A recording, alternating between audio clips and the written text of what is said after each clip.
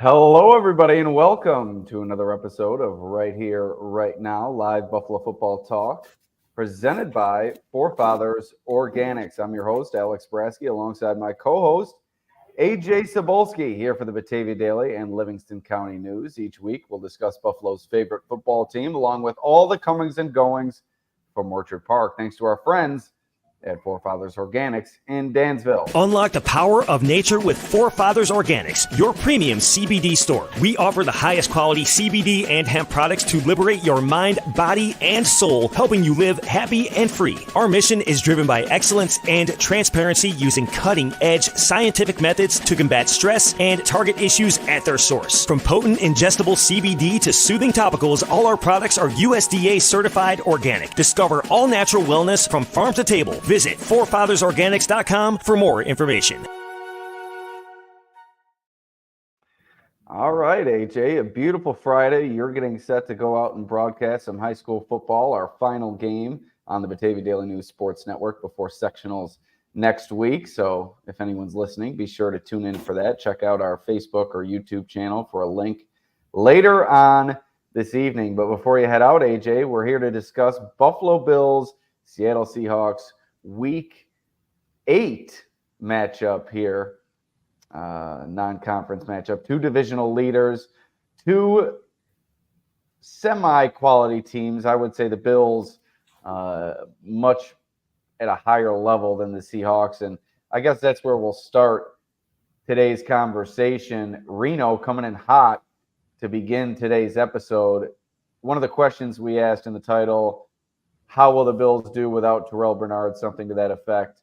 And he also adds that the Seahawks are big-time frauds. And I'm going to start on his second point. I agree with his second point. A lot of people talking about the Seahawks in terms of a true contender, somebody who can give the Bills a run for their money this week. I just simply don't see it that way, particularly with the loss of DK Metcalf to this Seahawks passing game. That's really been the centerpiece of their offense, passing the ball 67% of the time, the highest rate in the NFL, and you lose a player like DK Metcalf, that's certainly taking something away from Geno Smith, who I view as an average quarterback. I know he leads the league in passing yards, but if you look deeper at the advanced metrics, they're not as favorable for Geno Smith. He's 19th in the league, EPA per drop bags, negative 0.01 for Geno Smith through the first 7 weeks. Started hot, did the Seahawks, 3 straight wins out of the gate against subpar competition, 3 straight losses, embarrassingly so, against a bit better competition. They rebounded last week with a win over the Falcons. But I agree with Reno's second sentiment. The Seahawks are frauds. I don't think that they're as good as everybody's cracking them up to be. I think the Bills are going to go in there this weekend and handle their business. Yeah, I don't think they're frauds. Vegas has the line. Bills are favored by 3 points. So they still give the Bills the edge on this one, and it's on the road. So I think every time you go into Seattle, it's tough. And I think, again, the DK Metcalf loss will definitely make it a lot tougher for the Seattle offense to kind of maneuver and work against this Bills defense. But on the other side, you also have a Bills defense that's without Terrell Bernard and Dwayne Carter on that side of the ball. So I think what the Seahawks are going to have to do is, Ryan Grubb, first-year offensive coordinator. He's from the University of Washington, was with Michael Penix and Romo Dunze and Jalen McMillan and Jalen Polk, all those guys now in the NFL. And he loves to throw the ball, like you mentioned, throws about 68% of the time. They run about 32% of the time, which is bottom of the league. So quite a bit, a big disparity, I should say, in terms of how they run and pass the ball. Not really balanced, but a lot of people I've listened to and things I've seen, they need to, implement that play action more often for Geno, where he really thrives as a quarterback. So I'm interested to see how the Seahawks defense kind of attacks this Seattle offense attacks this Buffalo defense. And also, again, I think the Seattle can, they can win this game. They got enough talent, but the loss of DK Metcalf will hurt. So, AJ, you just got done with your Bills preview on the dailynewsonline.com. Why don't you take us through that, the spread, the broadcast details, weather details, some storylines that you cooked up in that.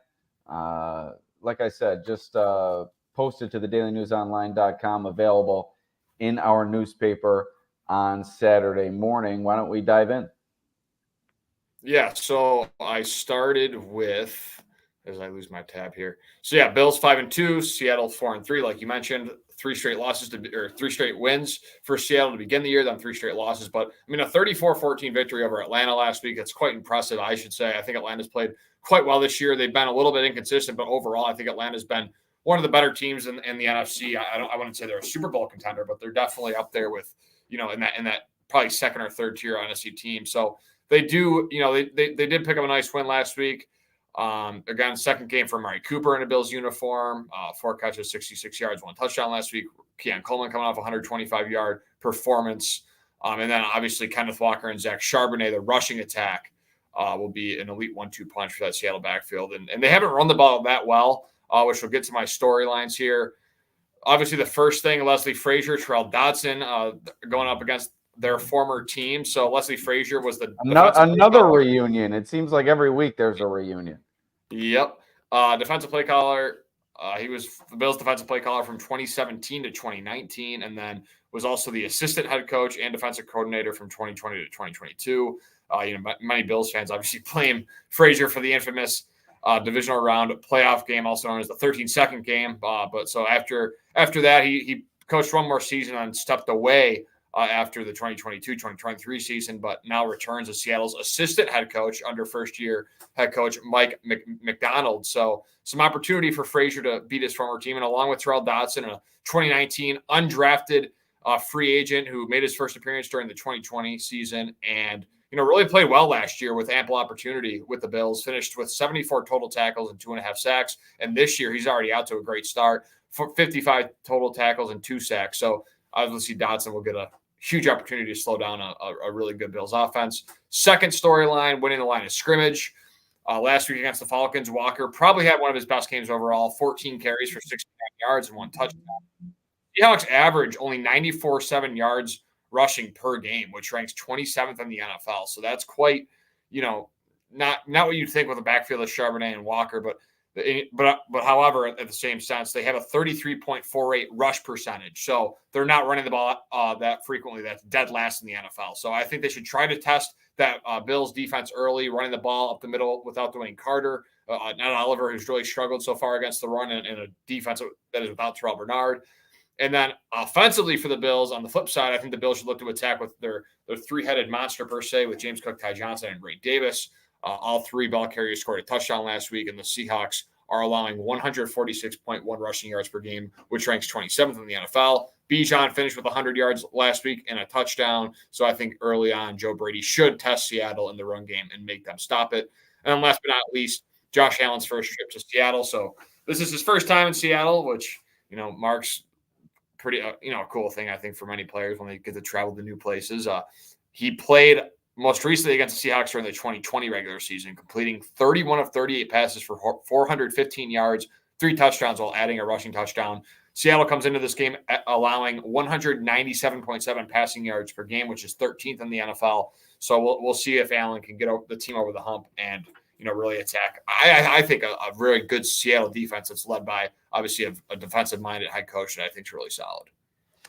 Yeah, a lot to unpack there. In terms of the Bills rushing attack, it's been one of the catalysts of this offense throughout the season. You get James Cook back last week. He didn't really find much room to run, but a few big plays when they needed it, one of which from Ray Davis. All 3 running backs find the end zone. So certainly an area that this Bills offense can expose. And their run blocking along this offensive line has been mighty impressive this year. That's the transition they wanted to make with Connor McGovern, David Edwards, some more powerful blocking in the center of it all. And it's really worked wonders for this offense and helped them remain consistent. And yeah, Josh Allen going into Lumen Field for the first time. That's a raucous atmosphere. And it could be a bit weather impacted this week's matchup. Some rain expected in the Seattle area. I'm not sure if it'll make its way. Yeah, right. Wind. I'm not sure if it'll make its way to the field in Seattle there. I know that I was listening to Patrick Hammer of WGRZ on the Extra Point Show on WGR, and he says in Seattle, sometimes the weather doesn't make its way into the city where the stadium is located. So hoping for a clean game and hoping that these offenses are able to work relatively uninhibited. But What was your other takeaway? I mentioned the two, and what was your first one that you mentioned? Dotson and Frazier. Right, and Tyrell Dodson, a key piece, playing nearly 100% of the snaps on the field all the time, one of the vocal leaders for this team, and really one of the top contributors. Now, Bills fans know his weakness very, very well. It comes in coverage. He's very good against the run, not very good covering tight ends out of the in the passing game. So look for a big game from Dalton Kincaid, I think, in this one. They also bring in Ernest Jones, a new linebacker. So a lot of changeover there and a lot more on Tyrell Dodson's plate entering this game. So I think if the Bills are smart, they'll look to exploit that matchup and look to send Kincaid over the middle for some big gains within this passing game. What's the spread? Did you go over spread, broadcast, and weather details? So the spread, like I mentioned earlier, -3. So Right. those are only 3-point favorites. The money line -164. The total's 46.5.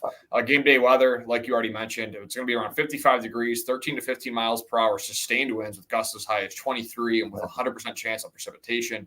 And then the game will be aired on Fox locally, and then you can also stream it on a bunch of different platforms. Tom Brady will be the analyst for this game, so that's quite interesting. Kevin Burkhardt will do play-by-play, and then Aaron Andrews, along with Tom Rinaldi, will be the sideline reporters. So there's a couple things injury report wise. I think we already mentioned a couple names, but let's officially. This is a good way to turn to the next topic. So yes, go ahead. yes.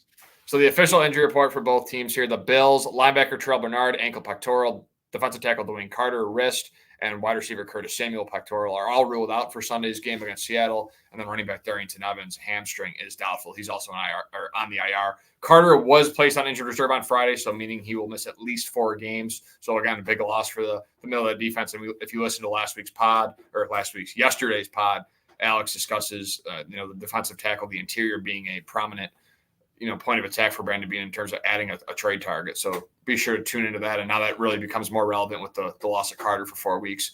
Seattle offensive tackle Abraham Lucas is ruled out. DK Metcalf with a knee, Cameron Young with a knee are doubtful. And then cornerback Trey Brown, edge Mike Morris, both ankle injuries. Cornerback Nehemiah Pritchett with ankle as well. And then offensive lineman George Fant, knee are all ruled questionable for Sunday's game. So 4 questionable for Seattle, and then obviously DK is the big one there. Not many other notable names on that list for Seattle. Right, so they have a George Fant and a Noah Fant. Yeah. Wow, the Fant bros on the Seahawks. But let's talk injuries on the Bills side. Carter out for 4 weeks. We'll get to him in a moment. Curtis Samuel, I'm not sure that's as significant of a loss as it would have been early in the season. He's really not mattered much when it comes to the Bills passing game. And when you factor in Amari Cooper, I think he becomes even less important. So maybe have him reset, get him healthy, get him back. We'll touch on Carter in a moment. But how big of a loss is Terrell Bernard, in your opinion? In my opinion, I'm sure you share it. It's a big loss. He's been one of the top defenders for this team. What he's done since taking that starting role in terms of quarterbacking the defense and creating big plays, fumble recoveries, interceptions, stacks, pressures. He's just all over the field and does so much for this defense. And not only his presence, but his absence, that pushes Balin Spector into action. And we know his struggles, much like Tyrell Dodson we discussed earlier for the Seahawks. Balin Spector, not the best coverage linebacker, not the best in terms of getting off blocks. So I think he can be exposed by both Kenneth Walker in the running game, and then you have Noah Fant in the passing game. And Dorian Williams taking away that solid force next to him, that kind of slows his progression and puts more on his plate. So interested to see how he responds. Yeah, I think it's essential for Seattle if they want to win this game. It's run the ball and use that play action like I mentioned earlier. I think you can force these linebackers, force a Balin Spector who does not have much experience, force a Dorian Williams to cover, over the middle. Noah Fant, like we already mentioned, a big tight end there that they have. They have JSN that works in the slot. I think this Bills defense, it's a huge loss losing Terrell Bernard, and he's been really having trouble staying healthy.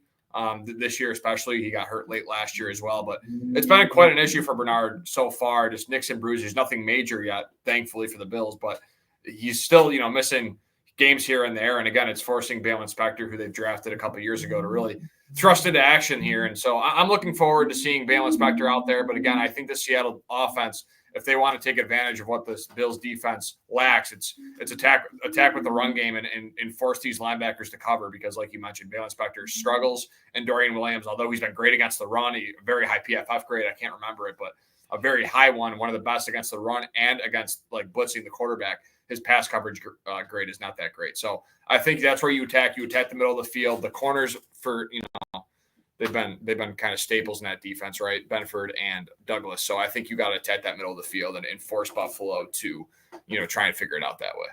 A few more minutes left here on the pod before we finish up. Let's thank our sponsor, Forefathers Organics in Dansville.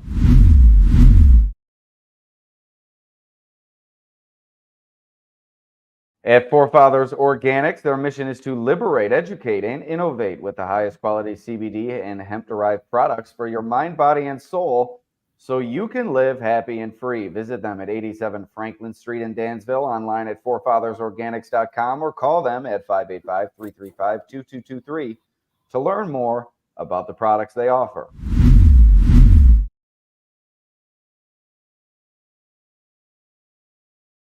All right, and let's quickly touch on Dwayne Carter. He's gone for 4 games, placed on IR with that wrist injury that will require surgery. He had been an ascending player as a rookie. Some inconsistencies from Carter this year. I'm not sure he was having the season that everybody was kind of talking about it as such, as he had the splash plays, he had the tackles for loss, the big stop on 4th down a few games ago.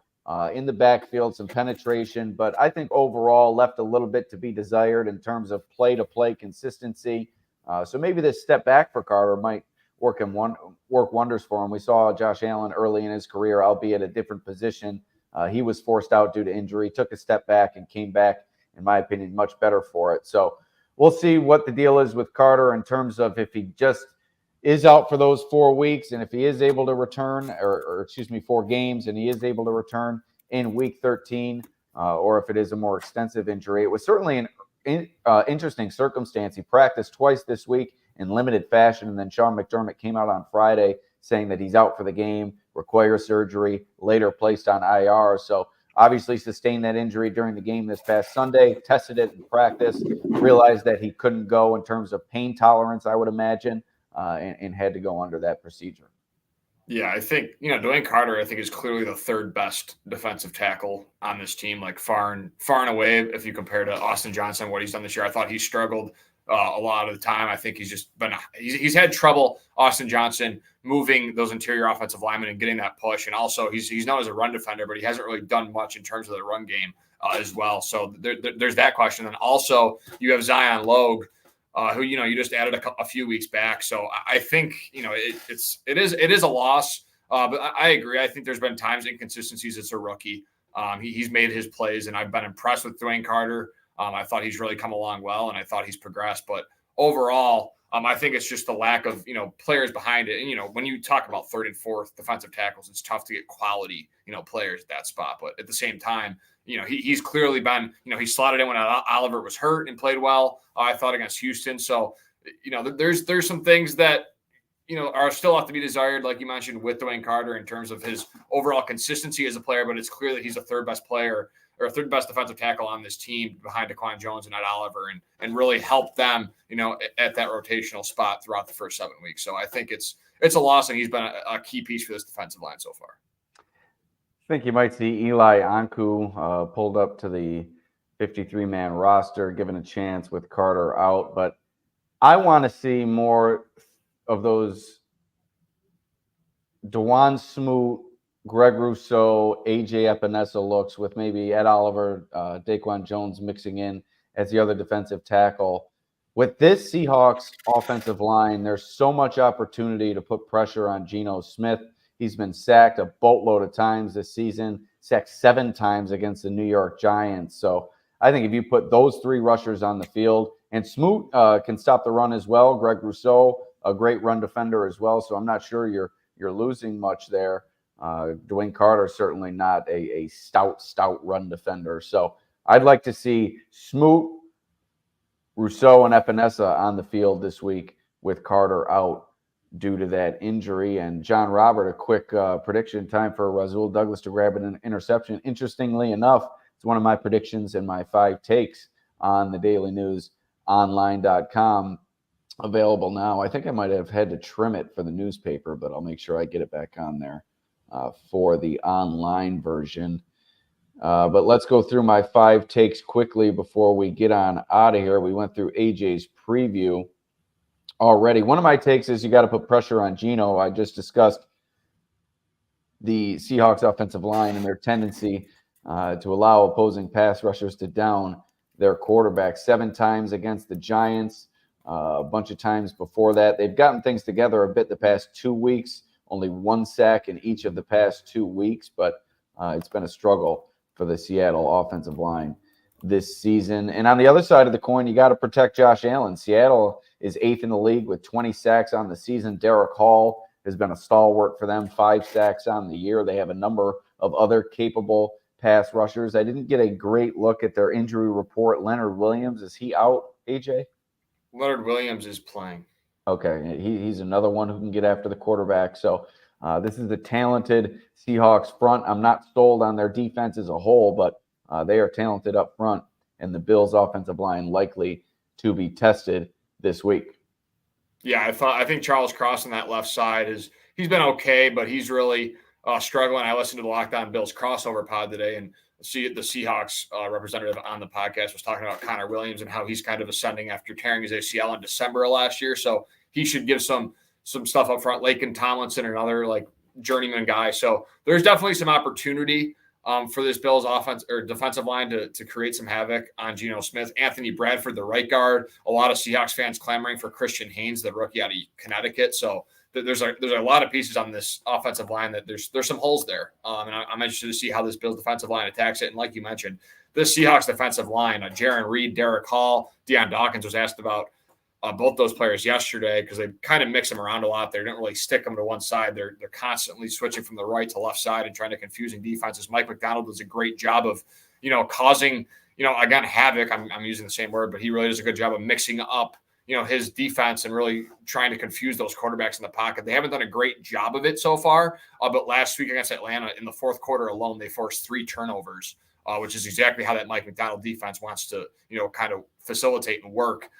They're a team that really relies on pressure, a lot of blitzes, a lot of pressure, and they're a team that gets after it. So I think this Bills offensive line is going to have a lot to handle. They're going to see a lot of different looks, and they're coming off one of their best games of the season in terms of getting that pressure and forcing, bad mistakes from an opposing offense. So this Bills offensive line needs to be ready and prepared for, a lot of different things thrown their way against a loaded, young Seahawks defense. So if we were to narrow it down, keys to this game: run the ball, stop the run, rush the passer, stop the pass rush. Is that pretty accurate? Yeah, I mean every week here, right? Like it's when the line of scrimmage. Of course, but it changes week to week. Sometimes you want to throw the ball. Sometimes you have to stop the opposing passing game.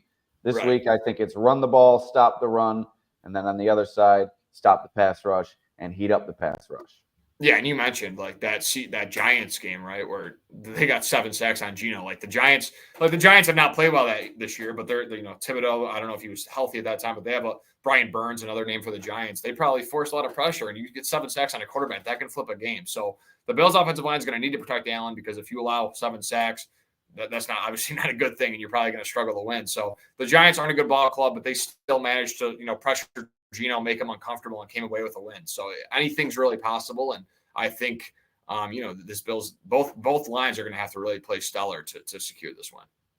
Before our predictions, we'll thank our sponsor once more. Unlock the power of nature with Forefathers Organics, your premium CBD store. We offer the highest quality CBD and hemp products to liberate your mind, body, and soul, helping you live happy and free. Our mission is driven by excellence and transparency, using cutting-edge scientific methods to combat stress and target issues at their source. From potent ingestible CBD to soothing topicals, all our products are USDA certified organic. Discover all natural wellness from farm to table. Visit forefathersorganics.com for more information. All right, AJ, prediction time. Give me the Bills to win 28-14. Like I said, I don't think the Seahawks team is as good as everyone's talking about. You talk about that Falcons win. I'm not so high on the Falcons either. You look at their schedule, their one signature, quote-unquote, signature win was against the Philadelphia Eagles when the Eagles were really struggling early in the season. Their other 3 wins, the Saints, the Bucks, and the Panthers. So they've really dominated the NFC South.